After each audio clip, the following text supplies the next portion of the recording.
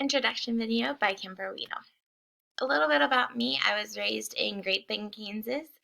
I got my undergrad at Fort Hays State University with elementary education. I also have my endorsement 5th through 8th in math. I live in Gower, Missouri. We have been here for a little over 2 years. We bought a almost 100-year-old house that we are working on kind of fixing up and restoring. I have been married to my husband for 5 years. We met at Fort Hays State. We celebrated our 5th-year anniversary in the hospital, welcoming our son the next day. He is 5 months. He will be 6 months on February 2nd. About my career, I work at Riverside USD 114. It is a combined district, so I work in Elwood, Kansas.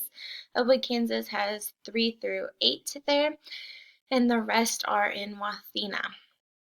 I teach 6th grade math, which is also considered middle school. I also teach math strats. Math strats is where we take part-time for tier 2.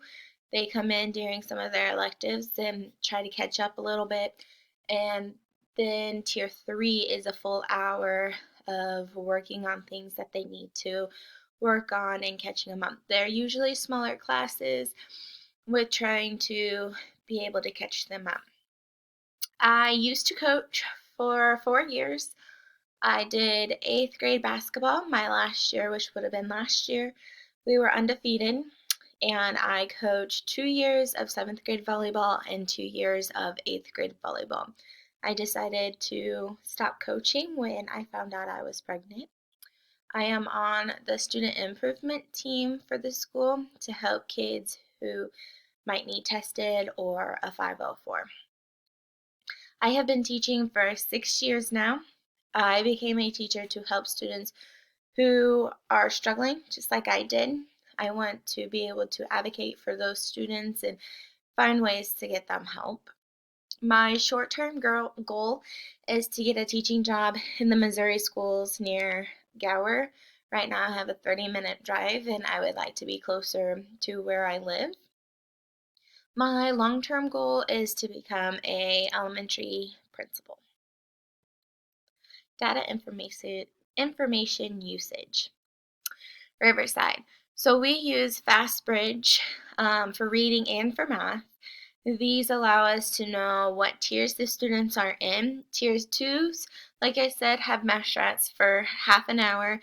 They come in during some of their electives like PE or art. Tier 3 has to have a full hour of math strats to be able to help them with their math and also be able to do extra activities. This year we have also figured out IXL diagnostics. I like this personally because it is helping us know exactly where the students are struggling, and it allows for students to get extra practice because they have the suggested work for them to do. So during the math strats, it's easy for me to assign some of the IXLs for students to work on, and then at the same time it tells them what they are missing and how to do it.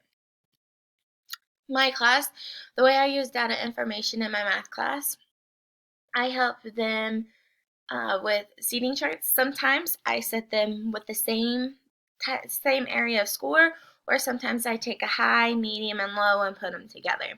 This has kind of changed a little bit this year with COVID. We have to kind of watch if we have groups or not have groups. It's been back and forth for us.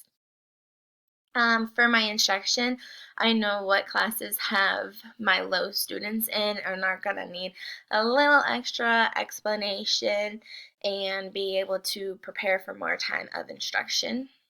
I also am able to use this data and know which students need shortened assignments because they're lower, not because they're lazy. We have that situation.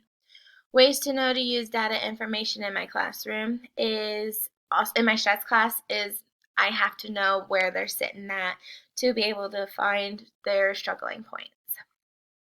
improve my knowledge, I wish I had more tools in my school to be able to help my students. A lot of times I'm looking up the tools myself and trying to plug in and figure things out.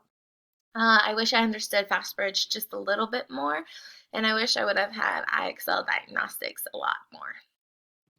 Thank you.